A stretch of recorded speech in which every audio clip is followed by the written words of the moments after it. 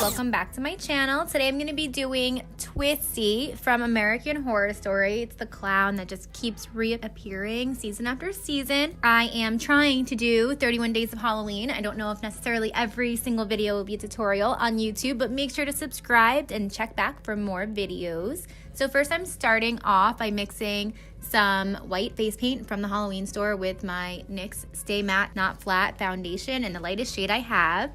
And it's always best to use as much normal makeup as possible and try to stay away from the Halloween makeup, just because the Halloween makeup, it's going to get cracky, it's not going to combine well with other products, and it's not going to last on you all day long like regular makeup would.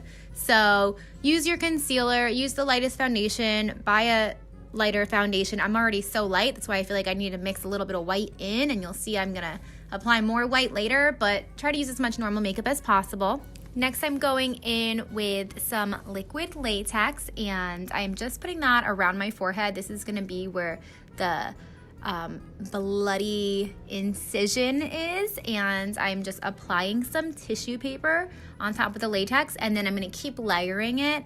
Do another layer of latex, another layer of tissue paper, just to create some texture on the skin. And by putting the tissue paper in the middle of all of the layers of liquid latex, I find that it stays on your face a lot stronger. If you just try to like build liquid latex on top of dried liquid latex, one, it's going to take a long time to wait for it to keep drying, and two, it will come off easier. Now I'm using my Inglot gel liner in black. Again, you want to use as much regular makeup as you possibly can to sketch out where the mask is going to be. So this clown is actually wearing a mask. So you're going to see later we're going to actually draw a string on her face as well to, I don't know, make it look like it's a tied-on mask. But right now I'm just doing the outline of the mask, and then we're going to fill it in with teeth. I kind of am jumping around a lot in this tutorial, but I'm doing the same technique for the nose. He's got like a fat nose, and I just wanted to make my nose a little bit bigger. So I'm doing the same technique, covering my nose in liquid latex, piling on tissue paper, and then we're just gonna go over it all again with face paint to make it all the same color as my face.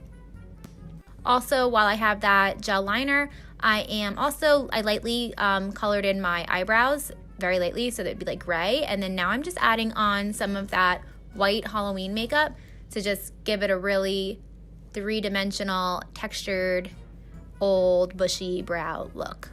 Now we're starting the teeth. So for the teeth, I am using face paint palette from the Halloween store. I'm mixing the white and the yellow together and drawing in all the teeth.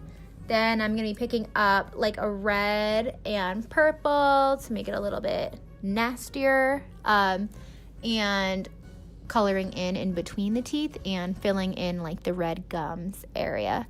Now, since we are using crappy Halloween makeup for this part, make sure that you set it with some powder. I'm using shadows from one of the big like Morphe palettes. I find that those come in handy for Halloween tutorials because you have like every color, and I really don't mind like messing it up like I would with my usual palettes.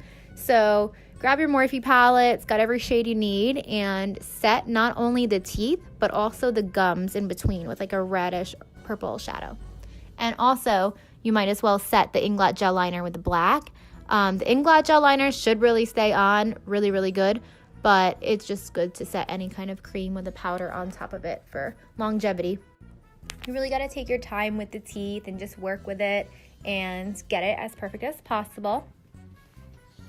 Now I am covering my face in some more white face paint because it wasn't quite white enough. And then I'm picking up like a taupe, gray, light brown shadow and making my eyes look old. So I'm giving myself some dark circles underneath. Also putting this color on my lids, very messy. And just kind of blending it out. And then going in with some Inglot gel liner and lining the underneaths of my eyes to make them like bulgy and gross. Now going back in with the taupe eyeshadow, I'm also adding some definition like wrinkles on my forehead, in between the brows. Now I'm going back into where I put the liquid latex on my nose and kind of lifting that piece off now that it's completely dry, and it's just gonna make it look even bigger. Also putting some red eyeshadow underneath because he had some red underneath. And now I am using some blood gel from the Halloween store, and I'm just putting it all over the bloody incision going across the forehead, ear to ear. Before I went in with the blood, I did throw down like a little bit of black and then red shadow. Now I am finishing up the final detail of the mask. So you can see I'm drawing these lines, and then I'm going to be putting like a little circle where the mask ends, and then drawing a little string going back behind my ear. And right now I'm just kind of sketching it out. You'll see next I'm going to go in with shadow, a brown shadow, and try to create a shadow that the mask is lifted off my face. And then to further enhance that, we're going to go back over these black lines with my liquid liner. If you watch my videos, you know that I love the NYC liquid liner that they don't actually sell in stores anymore, but I buy it on Amazon in bulk. It's the best liner ever. Now for my hair, I'm just doing it on my own hair, the easiest way I could think of doing it. So he has like these 3 little patches of hair.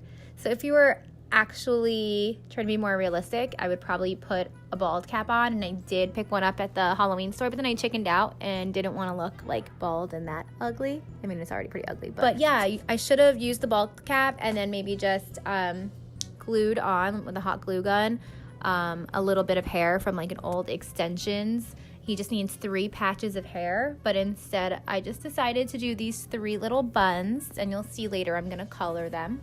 Now I'm drawing on the chest piece, and I'm just doing this very quick. I was getting a little lazy by this point, so I'm just first sketching it out, coloring in my neck. I went for brown first, and then you'll see I just redid it with black, because he looks like he doesn't really have a neck in the pictures. For the red, I ended up going over all of the red with Anastasia Beverly Hills liquid lipstick, the brightest red I had, and that stays on really well. Again, if you use like Halloween makeup, it's when it mixes with the oils of your skin, it's gonna lift, it's gonna smear, it's gonna get off on everything all night. This liquid lipstick stays in place. So I'm also using that liquid lipstick for the lines that go from the forehead down to the cheeks, right over the eyes. And my blood was a little bit dried up. I took a couple breaks in between, so I'm putting some more blood on. And then for my hair, of course, it probably would have been better to just buy those 3 color hairsprays, but I didn't feel like buying all of that hairspray, so I just used, for these pictures, so I wasn't going anywhere, some Halloween makeup that I already had those colors, and yeah, just threw it right on my hair. It actually came off in the shower pretty easily. I was scared it was gonna dye my blonde hair, but it all worked out. Thank you guys so much for watching. If you haven't already, please subscribe so you don't miss any of the other tutorials that I put out this year. And also on my channel, you can find a Halloween playlist with all of the other tutorials that I've done previous Halloweens. Also, let me know in the comments below if you would like to see behind the scenes how I edit videos like this for Instagram and YouTube. Bye.